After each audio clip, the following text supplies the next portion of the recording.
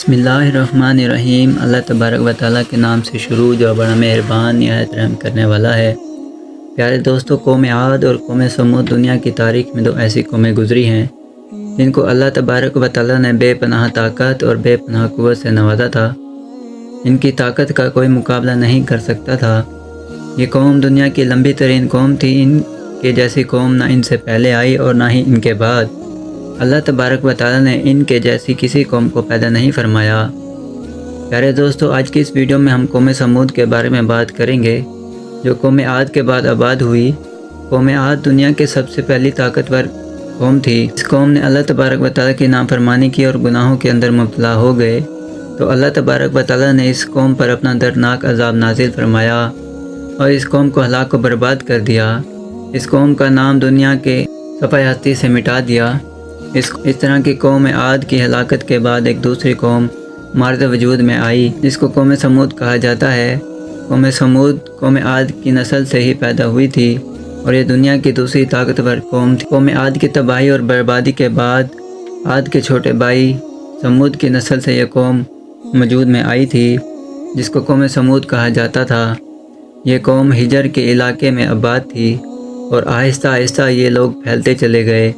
یہاں تک کہ یہ لوگ مغربی اور شمالی عرب تک پھیل گئے۔ اس قوم نے اپنا دارالحکومت حجر کو ہی رکھا جو کہ شہر حجاز سے بالکل قریب واقع ہے، جسے آج ہم مدائن سالک کے نام سے جانتے ہیں۔ پیارے دوستو، اس وقت کی سب سے سپر پاور قوم عدل ثانی یعنی قوم سمود تھی۔ اللہ تبارک و تعالیٰ کا ان پر یہ خاص کرم تھا کہ یہ قوم انتہائی طاقتور تھی اور اللہ تبارک و تعالیٰ نے ان کو بے شمار نعمتوں سے بھی نوازا تھا۔ پیارے دوستو، تاریخ کی کتابوں میں اس قوم کا قد 40 ہاتھ بتایا گیا ہے اور ان کی اوسط عمر 900 سے زائد سال 900 سے 1000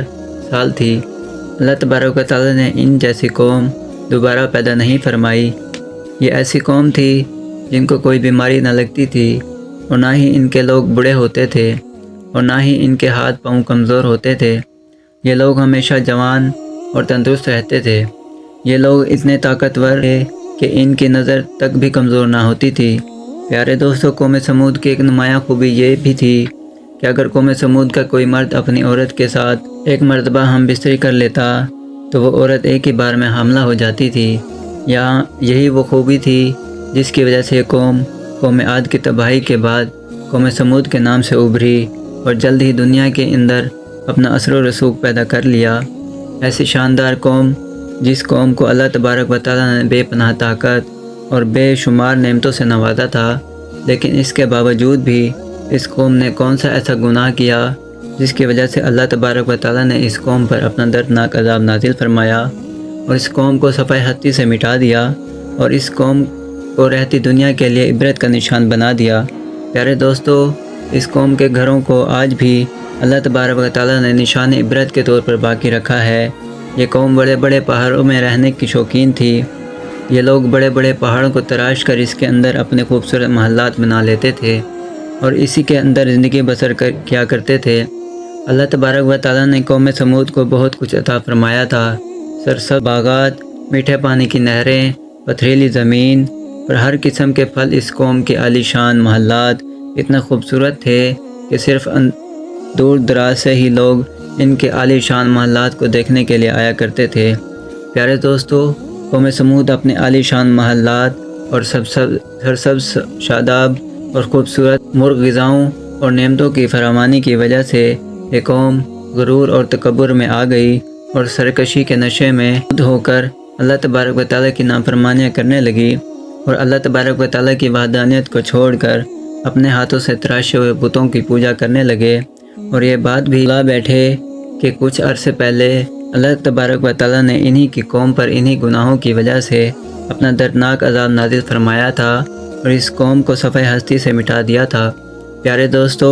اس دنیا کی طاقتور اور بدبخت قوم کی طرح اللہ تبارک و تعالیٰ نے اپنے پیارے نبی حضرت صالح علیہ السلام کو مبعوث فرمایا تھا۔ چنانچہ حضرت صالح علیہ السلام اللہ تبارک و تعالیٰ کے حکم کے مطابق اس قوم کو بت پرستی سے منع کیا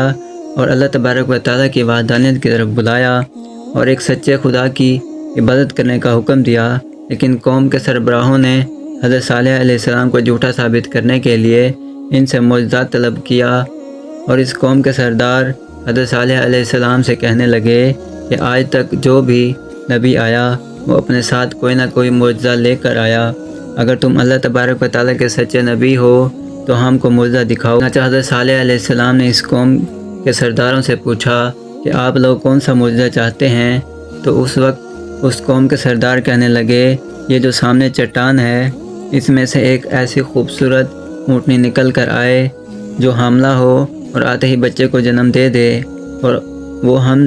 سب کے لیے دودھ دے، اور دنیا کی خوبصورت ترین اونٹنی ہو، اور اس کے ساتھ ساتھ وہ اونٹنی ایسی ہو جس کا کوئی ماں باپ نہ ہو۔ چنانچہ حضرت صالح علیہ السلام نے ان سرداروں کی یہ بات سن کر اللہ تبارک و تعالیٰ کی بارگاہ میں یہ دعا کی، تو ان کو دیکھتے ہی دیکھتے سامنے پہاڑ سے ایک ایسی خوبصورت حاملہ اونٹنی نکل کر آئی، اور آتے ہی اس اونٹنی نے ایک حسین و جمیل بچے کو جنم دیا، اور اس وقت اس اونٹنی کے تھن دودھ سے بھرے ہوئے تھے، اور اس اونٹنی نے اتنا دودھ دیا کہ سب لوگوں نے پیٹ بھر کر دودھ پیا، اس کے باوجود بھی دودھ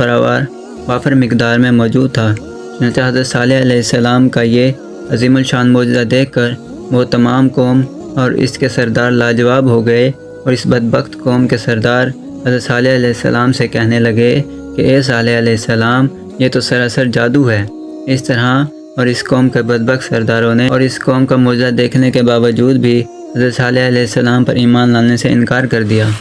اس طرح اپنے کفر و شرک پر اڑے رہے۔ چنانچہ اس قوم کے کچھ لوگوں نے حضرت صالح علیہ السلام کی اونٹنی کا نقصان پہنچانے کی کوشش کی، تو حضرت صالح علیہ السلام نے ان لوگوں سے کہا کہ یہ اللہ تبارک و تعالیٰ کی بھیجی ہوئی اونٹنی ہے جو تمہارے لیے ایک معجزہ ہے۔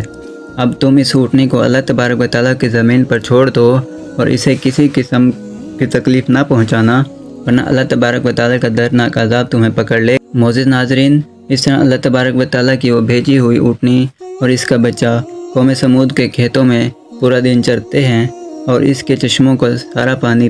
پی جاتے ہیں۔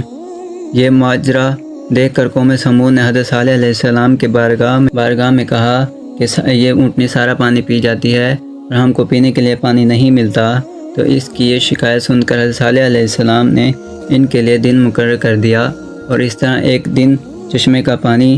بانٹ دیا کہ ایک دن حضرت صالح علیہ السلام کی اس اونٹنی کے لیے مقرر کر دیا، اور دوسرا دن اس چشمے کا پانی قوم سمود کے لیے مقرر کیا گیا۔ پیارے دوستو، جس دن وہ اونٹنی پانی پیتی اس دن وہ دودھ بھی زیادہ دیتی، اور وہ دودھ اتنا دیتی کہ دن رات ختم نہ ہو۔ جس طرح کہ اللہ تبارک و تعالیٰ قرآن پاک میں اس بات کی طرف اشارہ کرتے ہوئے ارشاد فرماتا ہے، اور حضرت صالح علیہ السلام نے اپنی قوم سے کہا ایک دن اس کے پانی کی باری ہے اور ایک دن معین تمہارے لیے پانی کی باری ہے، اور اس کو کوئی تکلیف نہ دینا، ورنہ اللہ تبارک و تعالیٰ کا دردناک عذاب تمہیں پکڑ لے گا۔ پیارے دوستو، اس طرح کچھ ہی دنوں میں قوم سمود اس اونٹنی سے تنگ آ گئے، کیونکہ جس دن وہ اونٹنی پانی پیتی اس دن ان کو پینے کے لیے پانی نہ ملتا، اور ویسے بھی قوم سمود کے دوسرے سرداروں نے حضرت صالح علیہ السلام کی اس اونٹنی کو ایک جادو قرار دیے رکھا تھا۔ خیر، قوم سمود کے ایک طاقتور سردار کی بیوی جس کا نام صدوق تھا، اس عورت کے دو انتہائی خوبصورت حسین و جمیل بیٹیاں تھیں۔ ان کی عمر 12 سے 14 سال تھی۔ اس عورت نے حضرت صالح علیہ السلام کے بیٹوں کو لالچ دیا کہ اگر تم اپنے گھر میں موجود اس اونٹنی کو رات کے اندھیرے میں قتل کر دو تو میں اپنی دونوں بیٹیوں انعام کے طور پر تمہیں دے دوں گی۔ چنانچہ حضرت صالح علیہ السلام کی اولاد چونکہ نیک تھی، لہذا وہ اس عورت کے اس جال میں نہ پھنسنے۔ اس کے بعد اس عورت نے پوری قوم میں یہ اعلان کر دیا کہ جو شخص حضرت صالح علیہ السلام کی اس اونٹنی کو قتل کر دے گا میں اپنی دونوں بیٹیاں اس کے نکاح میں دے دوں گی۔ اس عورت کا یہ اعلان سنتے ہی اس قوم کے دو نوجوان جن کا نام مسعد ابن دار اور کیدار بن سالف تھا، ان دونوں بدبختوں نے مل کر اسی رات حضرت صالح علیہ السلام کی اس اونٹنی کو ذبح کر دیا۔ اس طرح اللہ تبارک و تعالیٰ کے اس بھیجی ہوئی اونٹنی کو ذبح کرنے کے بعد قوم سمود حضرت صالح علیہ السلام سے کہنے لگی کہ اگر تم اللہ تبارک و تعالیٰ کے سچے رسول ہو تو ہم پر وہ عذاب نازل کرو جس عذاب سے تم ہمیں ڈراتے ہو۔ اور اس طرح اس اونٹنی کے قتل ہونے کی خبر سن کر حضرت صالح علیہ السلام بے حد پریشان ہوئے اور زاروں قطار رونے لگے۔ چنانچہ اس طرح اس اونٹنی کو قتل کرنے کے بعد اس بدبخت قوم نے حضرت صالح علیہ السلام کو قتل کرنے کا بھی ارادہ کر لیا۔ اس طرح کہ اللہ تبارک و تعالیٰ قرآن پاک میں ارشاد فرماتا ہے، آخرکار انہوں نے اونٹنی کو قتل کر دیا اور اپنے پروردگار کے حکم سے سرکشی کی اور کہنے لگے کہ جس چیز سے تم ہم کو ڈراتے ہو، اگر تم اللہ تبارک و تعالیٰ کے سچے پیغمبر ہو تو اس عذاب کو ہم پر لے آؤ۔ اس طرح جب اس قوم نے اللہ تبارک و تعالیٰ کی بھیجی ہوئی اس اونٹنی کو قتل کر دیا اور اپنے نافرمانی میں حد سے بڑھ گئے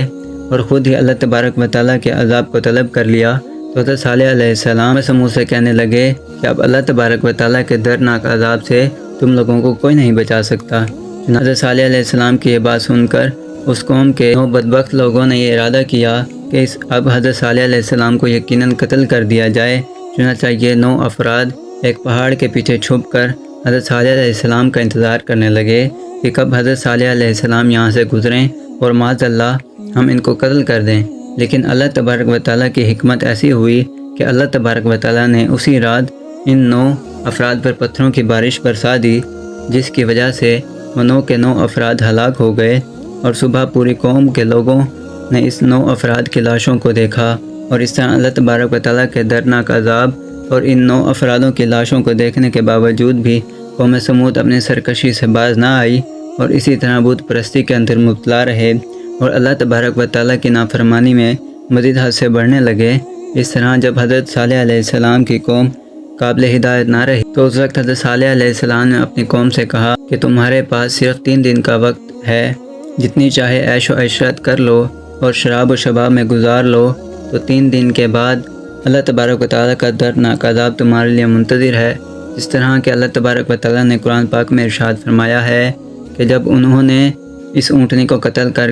دیا تو حضرت صالح علیہ السلام نے اپنی قوم سے کہا کہ 3 دن اپنے گھروں میں فائدہ اٹھا لو اور یہ وعدہ جھوٹا نہیں۔ اس طرح جب حضرت صالح علیہ السلام نے اپنی قوم کو اللہ تبارک و تعالیٰ کے دردناک عذاب کی وحی سنائی تو اس قوم کے بے شرم لوگوں نے حضرت صالح علیہ السلام کا مذاق اڑانا شروع کر دیا، اور اس قوم کے بے شرم لوگوں نے حضرت صالح علیہ السلام سے یہ کہنے لگے کہ آپ ہی بتا دیں کہ ہم یہ 3 دن شراب میں گزاریں یا شباب میں گزاریں۔ حضرت صالح علیہ السلام فرمانے لگے، پہلے دن تمہارے چہروں کا رنگ زرد ہو جائے گا، اور دوسرے دن تمہارے چہروں کا رنگ سرخ ہو جائے گا، اور تیسرے دن تمہارے چہرے سیاہ ہو جائیں گے، اور چوتھے دن اللہ تبارک و تعالیٰ کا دردناک عذاب تم پر مسلط ہو جائے گا۔ چنانچہ حضرت صالح علیہ السلام کی قوم پر اس بات کا کوئی اثر نہ ہوا، اور وہ اسی طرح اپنی نافرمانی میں مبتلا رہے اور اللہ تبارک و تعالیٰ کی نافرمانی کرتے رہے۔ اور پھر حضرت صالح علیہ السلام کے حکم کے مطابق تیسرے دن ایسا ہی ہوا، جب ان کے چہرے کالے ہو گئے تو اپنے کالے چہرے دیکھ کر وہ قوم ڈرنے لگی اور ایک دوسرے سے کہنے لگی کہ نہ جانے کون سا دردناک عذاب اب ہم پر نازل ہوگا، اور نہ جانے کس طرح کے عذاب کے اندر ہم مبتلا ہو جائیں گے۔ چوتھے دن ایک زوردار اور خوفناک چیخ آسمانوں سے نکلی، جس چیخ کی وجہ سے تمام قوم سمود کے لوگ کے کانوں کے پردے پھٹ گئے اور ان کے دل جیسے باہر آنے لگے، انہیں جسموں کو چھوڑنے لگی، اور چند ہی لمحوں میں وہ لوگ جہاں جہاں پر موجود تھے وہیں اپنی اپنی جگہ پر اوندھے منہ گر گئے اور تڑپ تڑپ کر سب ہلاک ہو گئے۔ پھر اس کے بعد اللہ تبارک و تعالیٰ نے ایک ایسا دردناک زلزلہ بھیجا، جس زلزلے کی وجہ سے انہوں کے گھروں کو انہی پر گرا دیا، اور جس طرح اللہ تبارک و تعالیٰ قرآن پاک میں ارشاد فرماتا ہے، اور جب ہمارا حکم آ گیا تو ہم نے حضرت صالح علیہ السلام کو اور جو لوگ ان کے ساتھ ایمان لائے تھے ان کو اپنی مہربانی سے بچا لیا اور اس دین کی رسوائی سے محفوظ رکھا۔ بے شک تمہارا پروردگار بہت طاقتور ہے اور زبردست ہے۔ پیارے دوستو، اس طرح اللہ تبارک و تعالیٰ نے قوم عاد کی تباہی اور بربادی کے بعد ان کی نسل میں سے قوم سمود کو ہلاک کیا اور اس نافرمان قوم پر اپنا دردناک عذاب نازل فرمایا۔ اس قوم کے لوگوں کو صفحہ ہستی سے مٹا دیا، اور اللہ تبارک و تعالیٰ نے اس قوم کے گھروں کے نشانات کو آج بھی باقی رکھا ہے تاکہ لوگ عبرت حاصل کر سکیں اور اللہ تبارک و تعالیٰ کی نافرمانی سے باز آ جائیں، اور اس قوم کے گھر آج بھی لوگوں کے لیے عبرت کا نشان بنے ہوئے ہیں۔ اللہ تبارک و تعالیٰ سے دعا ہے کہ اللہ تبارک و تعالیٰ اپنے حضور عاجزی اور انکساری کے ساتھ زندگی گزارنے کی توفیق عطا فرمائے، اور ان تمام تر گناہوں سے ہمیں بچائے جن گناہوں کے اندر مبتلا ہو کر پہلی قوم ہلاک ہو گئی۔